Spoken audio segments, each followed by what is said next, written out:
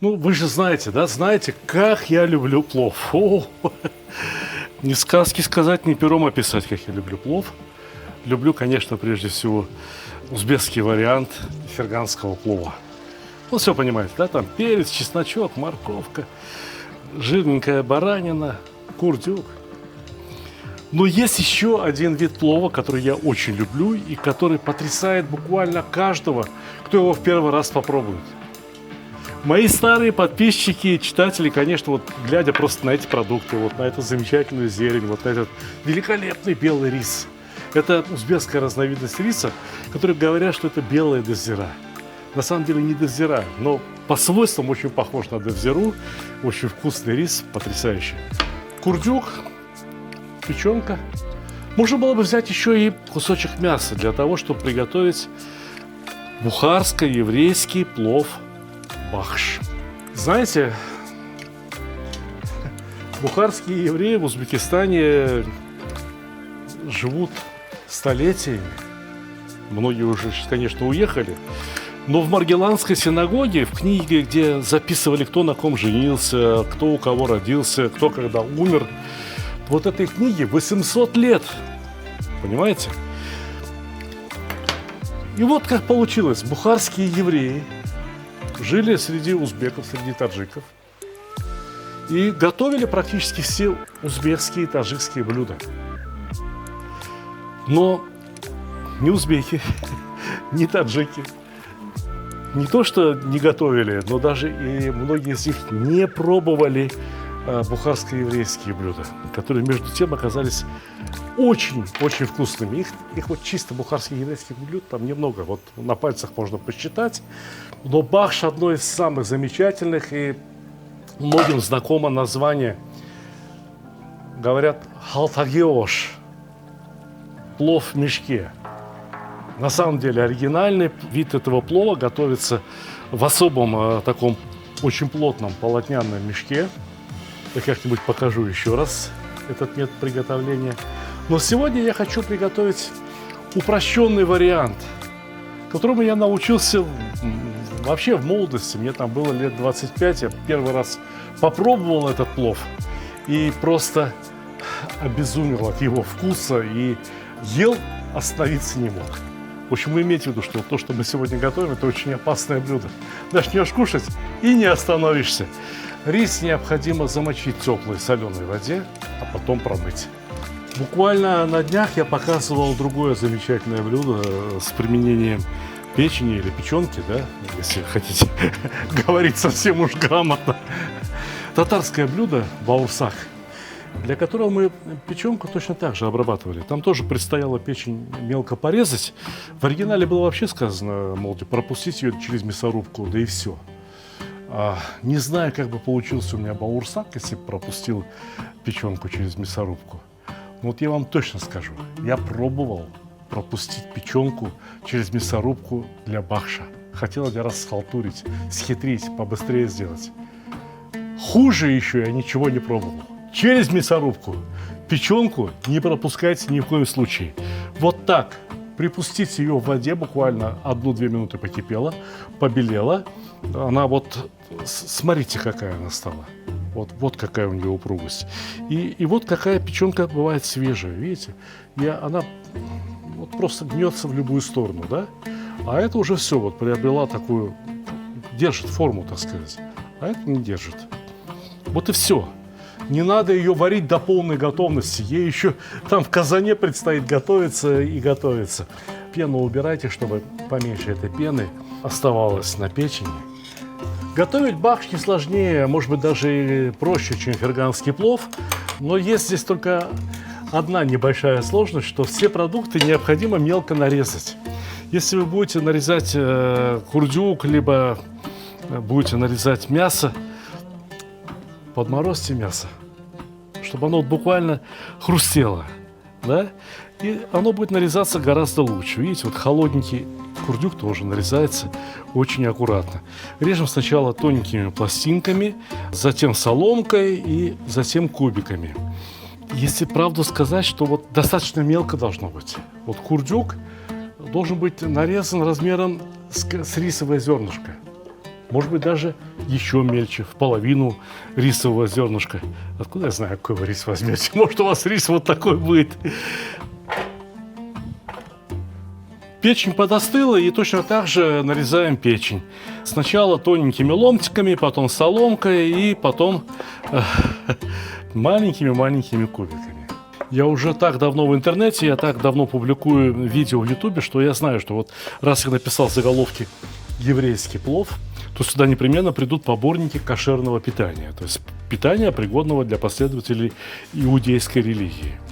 И они будут говорить, что вот так готовить печень – это не кошерно. Я знаю об этом. Я знаю, что вот наши бухарские евреи всю жизнь готовили вот так, потом они приехали в Израиль, а в Израиле им раввины объяснили: нет, это неправильно, что печень нужно жарить только над огнем, чтобы вся кровь вытекла. Из-за вот этого ограничения очень многие бухарские евреи даже вот там в Израиле перестали готовить бахш. Ну, многие живут в квартирах, в многоэтажных домах. Где там взять мангал? Как вот пожарить печень над огнем? То есть практически невыполнимые условия. И люди пробуют готовить без печени с одним только мясом. Говорят, что это вроде бы вкусно, но я скорее приготовлю бахш без мяса, только с печенью, чем бахш с одним только мясом. Печень, кинза, черный перец – вот основной вкусовой аккорд блюда, которое мы сегодня готовим. А теперь надо нарезать всю зелень. Здесь главная зелень – это кинза. Кинзы должно быть в 5 раз больше, чем любой другой зелени. Может быть, даже еще больше. И зелень надо нарезать очень мелко. Значит, кинза, петрушка, укроп, базилик, зеленый лук. Да, можно сказать, что практически все, что у вас есть, можно взять и нарезать. Но главная зелень – это кинза. Я понимаю, что кто-то мне сейчас начнет спрашивать про то, что я кинзу не люблю, чем ее заменить. Вот чем вы замените вареную картошку? Я, конечно, понимаю, я предвижу, что многие начнут говорить: я кинзу не ем, мне кинза там пахнет чем-то не так. Чем ее заменить? Ничем. Ничем. Просто берите и готовьте что-то другое. Вот и все. Бахш прошел мимо вас. Когда-нибудь вы к нему придете и горько пожалеете о том, что раньше не ели кинзу. А еще есть люди такие, которые печенку не любят. Есть еще одна тонкость. Значит, в рецепте бахша пропорции выверены веками, если не тысячелетиями. Если кто-то скажет: сейчас я улучшу, это вот евреи там, значит, клали 300 или 400 грамм мяса, 300-400 грамм печенки, 300-400 грамм курдюка и килограмм риса и много зелени. А я улучшу, я сейчас сделаю вкуснее, я положу килограмм мяса, килограмм печенки. Знаете, что получится? В результате получится невкусная каша. Объясняю почему. Потому что и зелень будет выделять сок, и мелко порезанное мясо, печенка, все эти продукты тоже выделяют сок. И весь этот сок должен впитать килограмм риса. Больше продуктов, значит больше сока, и в результате очень много влаги, и ничего не получается, а получается липкая каша, которая по определению вкусной быть не может.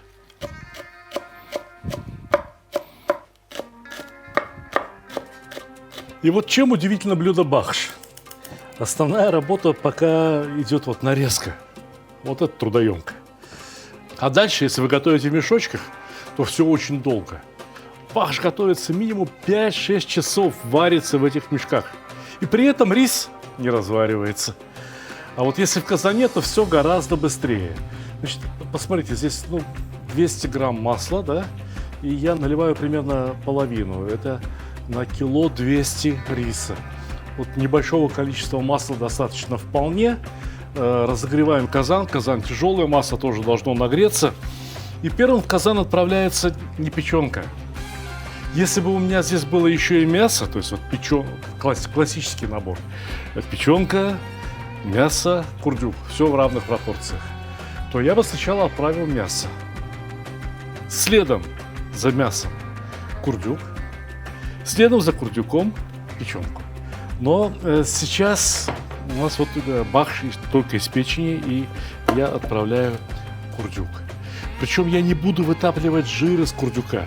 Я, можно сказать, быстро, наскоро обжарю курдюк для того, чтобы просто снять запах сырого сала. И все. Вот так. Не надо, чтобы сейчас из курдючного сала вытапливался жир. Он вытопится потом, когда курдючное сало будет рядом с рисом. Поэтому следом опускаем печенку. И печенку мы будем жарить также очень быстро. Если ее жарить долго, она станет сухой, очень такой твердой, невкусной. Сейчас самое время посолить и курдюк, и печенку. Ну, здесь как минимум 1 столовая ложка соли. Правда, без верха потребуется. И еще. В этот плов, в этот удивительный плов, не кладется зира. Кладется только черный перец. И черного перца надо прямо всерьез положить. Знаете сколько? Я думаю, 2 чайные ложки минимум. Минимум, иначе не будет вкусно. Я вам обручаюсь. И 2 чайные ложки, это будет такая умеренная, очень правильная острота. Закладываем зелень. Вот, понимаете, целый тазик зелени. Не спорьте с пропорциями этого блюда. Еще раз говорю, это блюдо готовилось веками, тысячелетиями. Если бы было лучше там добавить меньше зелени или наоборот больше зелени, да давно бы уже добавляли. Все проверено, все отшлифовано, там нет ни одной лишней детали. И все пропорции просто идеальны. Значит, перемешиваем зелень, но тоже вот сколько ее жарить. Сколько жарить зелень, а? Только до тех пор, пока она слегка не начнет менять свой цвет. У меня до этого был нагрев очень сильный, а сейчас я убавил огонь под казаном наполовину и отправляюсь заниматься рисом. Идите сюда скорее. С рисом тоже все не так. Вот лук. В любой плов лук кладется сначала. Либо до мяса, либо после мяса, в зависимости от того, какой это плов и какие цели. В этом плове сырой лук закладывается прямо в рис. И это еще не все. Прямо в рис наливается остаток растительного масла. Вот у меня здесь осталось его. Немножко там переборщил, 120 грамм. Здесь 80 осталось. Можно было бы взять так вот 100 на 100. И теперь необходимо перемешать, чтобы рисовые зернышки сразу покрылись маслом, и чтобы лук оказался распределенным внутри риса. Да? И вот этот рис в таком виде, прямо вместе с луком уже промасленный, закладываем в плов. Некоторые доливают сюда воду и варят что-то типа зирвака. Скажите, пожалуйста, чему здесь готовится? Печень готовится 2 минуты, зелень уже готова, да, ее вообще сырой можно было бы съесть. Поэтому закладываем все сразу в казан и распределяем сначала рис равномерно по поверхности. И рис тоже необходимо посолить. Ну, на печенку-то вы соль насыпали, а вот теперь на рис. Это 200 кило риса. Здесь этот рис выпьет вот столько и еще немножко соли. И все. Бегом за кипятком. Теперь надо налить кипяток. Осторожно, ребята, осторожно. Вот, значит, смотрите, зелень состоит из влаги. Очень много влаги в зелени. Печенка сейчас тоже будет продолжать выпускать сок. Не переборщите с водой. Здесь вот в этот плов воды надо наливать несколько меньше, чем ферганский плов. Еще один не так, как в обычном плове. Вы видели где-нибудь, чтобы вот готовили узбекский плов и потом рис перемешали вот вместе со всеми составляющими, вместе со всеми ингредиентами? Нет? А здесь перемешивается. Вот давайте так и поступим. Сразу нужно перемешать вместе с зеленью. С тех пор, как я зажег вот огонь под казаном, прошло минут, может быть, 10 от силы. Практически все в режиме реального времени происходит. И теперь надо равномерно распределить печенку, зелень, курдючок. Все это среди риса необходимо распределить. И, разумеется, если в обычном плове в этот момент мы сделаем такой вот огонь, чтобы как можно скорее закипело, да? Здесь все не так, нет. Здесь вот надо следить, потому что рис, он уже внизу казана. Чуть сильнее огонь, он пригорит. Сейчас. Дождемся пузырьков наверху и убавим огонь до самого минимум. И пусть рис потихонечку впитывает вот это вот соки из кинзы, из печенки, жирок, который вытапливается из кусочков курдюка. Курдюк будет уменьшаться, его потом никто не найдет на плове. Будешь кушать, не узнаешь, что там курдюк был. Просто вкусно, сказочно, вот и все, больше ничего. Еще раз перемешать. Вот обратите внимание, рис уже разбухает, это означает, что воду он впитывает, а воды все еще практически столько же, сколько и было. Но, может быть, я все-таки немного долью сюда еще кипяточка, потому что чувствую, что этот рис может впитать в себя воды гораздо больше. Я его знаю, я с ним уже готовил. Он на самом деле впитывает в себя воду, как девзира. Килограмм риса в приготовленном виде может весить 3 кило 200, 3 кило 300, то есть в 3 раза с лишним увеличивается. Пока что все идет нормально, я буду иногда подходить помешивать. Но сейчас я хочу объяснить, зачем же я снова готовлю этот плов баш, который есть у меня и на канале в Ютубе. И он у меня вошел в мою первую книгу, он вошел в мою книгу про плов. Для чего? Дело в том, что вот эта замечательная книга, напечатанная на роскошной бумаге, с роскошными фотографиями, настолько хороша, что я думаю ее улучшить еще немного. В каком смысле слова? Сделать ее более доступной для широких масс населения. Сейчас эта книга стоит достаточно дорого. Ее можно сделать чуть поменьше. Да? Вот не обязательно, чтобы книга весила 3 килограмма. Если книга будет весить 1,5 килограмма или кило 800, это что нормально. То есть сделать поменьше страницы и напечатать ее вот не в таком виде. Здесь вот все вот так напечатано. Вот так. Да? А напечатать ее в обычном книжном формате.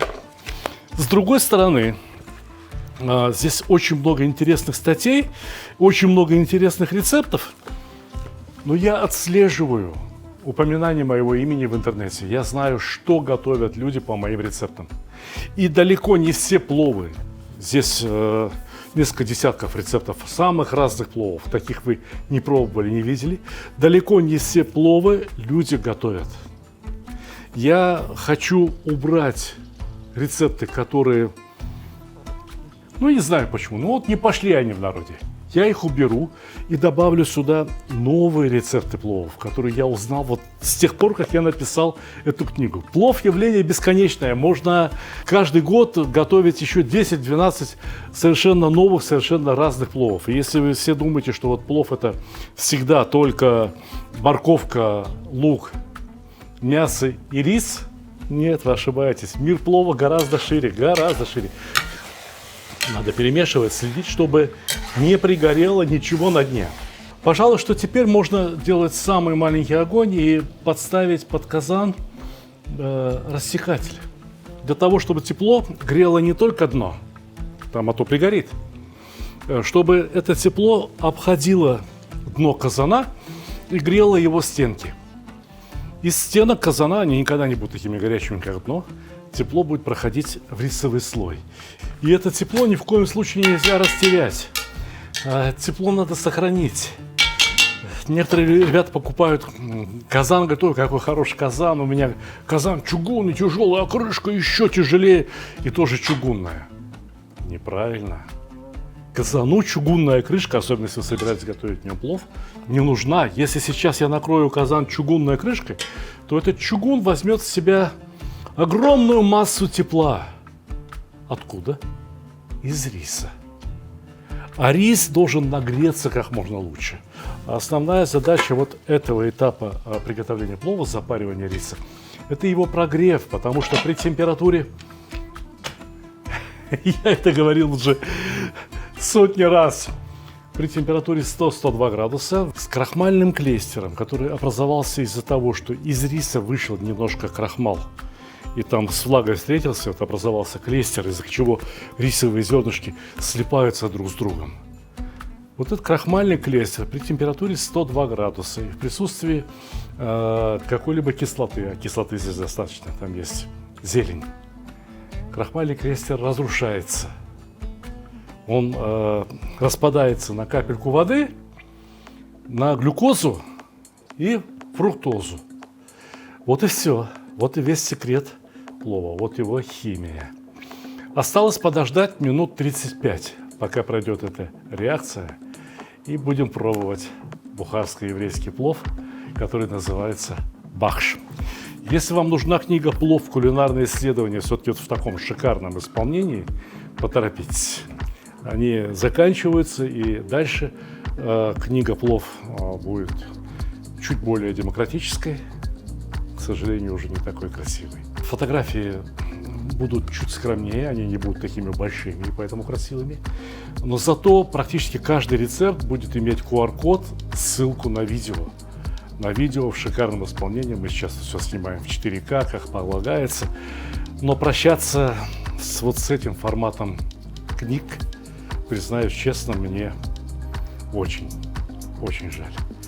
Это был очень достойный подарок для любого человека. От министра и до обычного человека, любителя готовить вкусный плов. Ну вот и все. Для приготовления этого плова понадобится, вот я имею в виду приготовление уже на огне, от силы 1,5 часа, больше не надо. И давайте посмотрим, давайте проверим, что у нас там получилось.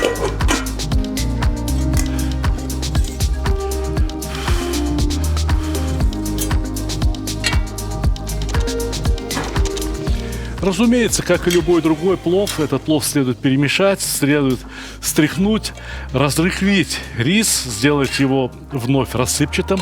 Что сказать? Радуется душа. Бахш получился отменным. Аромат стоит. Вы обязательно приготовьте такой плов. Вот я понимаю, что очень многие начнут говорить: нет, это не плов. Попробуйте что-нибудь новое. Если вы не удивитесь, тогда я удивлюсь. Если вы не полюбите этот плов, тогда...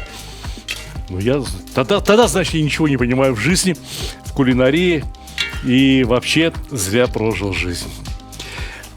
Обычно те люди, которые уже всю жизнь ели узбекский плов, и потом для них готовишь вот такой плов, бахш, угощаешь их, приглашаешь, проходит, не знаю, месяц, звонишь, говоришь: приходите на плов. А они спрашивают: а плов какой будет? Зеленый? Зеленый – это значит бахш. Приятного аппетита, дорогие друзья!